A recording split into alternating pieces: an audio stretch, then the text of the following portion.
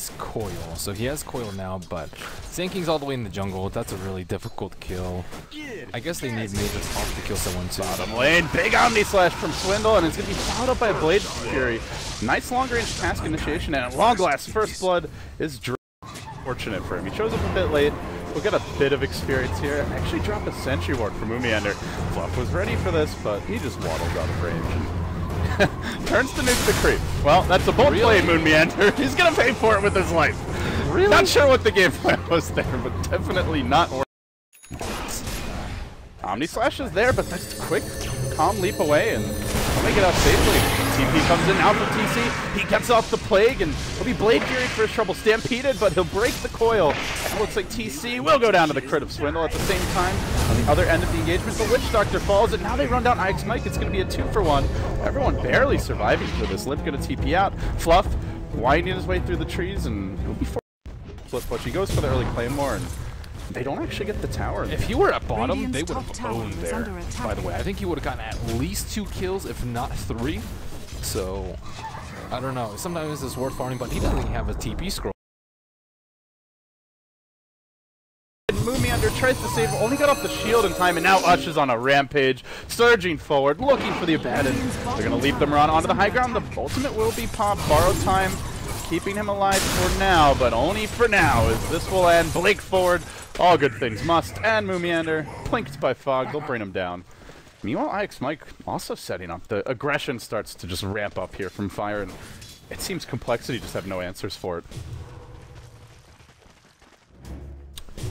They're getting run over.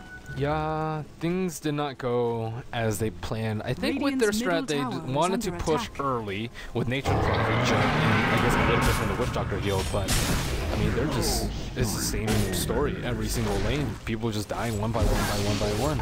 They seem a little lost in terms of like what the game plan is. They're gonna leap forward with Ush again.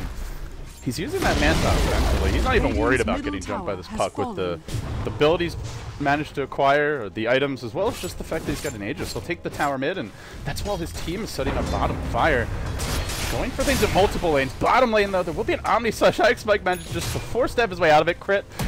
No crit. No. Blade Fury dodges out of the stomp. Really well played by Swindle to get that kill, as he will manage to prevent the blink out with that one auto attack. Then Blade Fury's dodging the stomp and brings him down.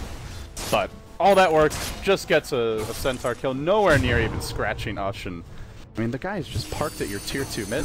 I don't like the Ags build this game on Jug either. I think it's... What would you rather see? They need lockdown, I think, for anti-mage. So you go like Abyssal or Hex? I think Abyssal is pretty good here, but at the same time, he doesn't really have mobility. Maybe like Blink Abyssal, too, so he can follow up with Puck and just kill people. I feel like part of that's also just that the Puck is nowhere near a Blink, where it puts a lot of pressure on Swindle to do everything for the team.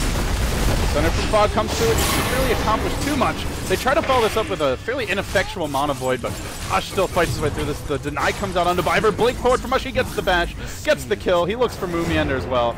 Hey, I'm just right-clicking fools at this point. They'll blink, and again with Fog. Burrow Strike off the mark, but what does it matter? Another fight, another couple kills into Fire's pockets, and they drop these aggressive wards, but it doesn't feel like they're ever going to get to use them.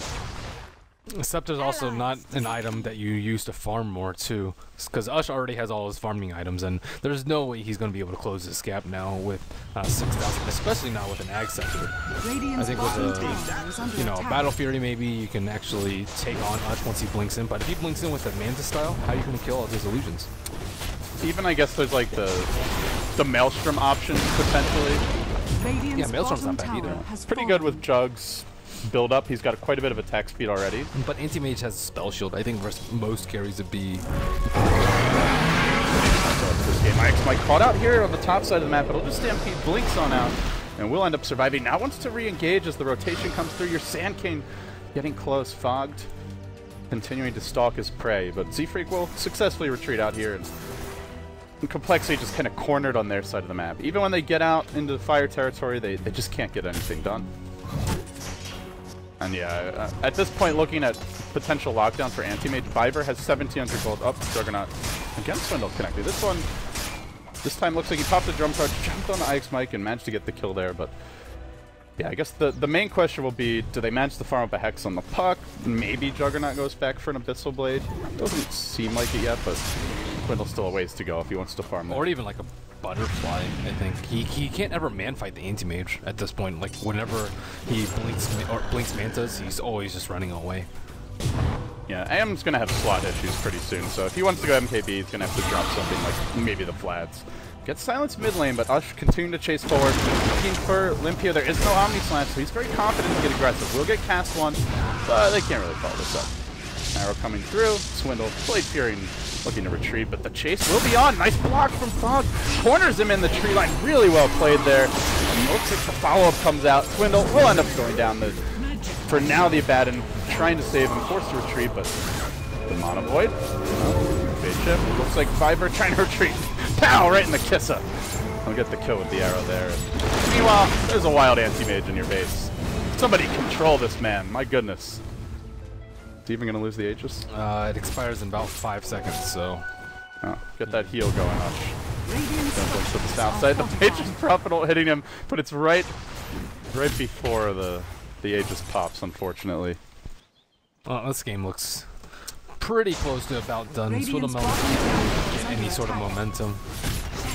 He did well in the early game too, was the sad part for him.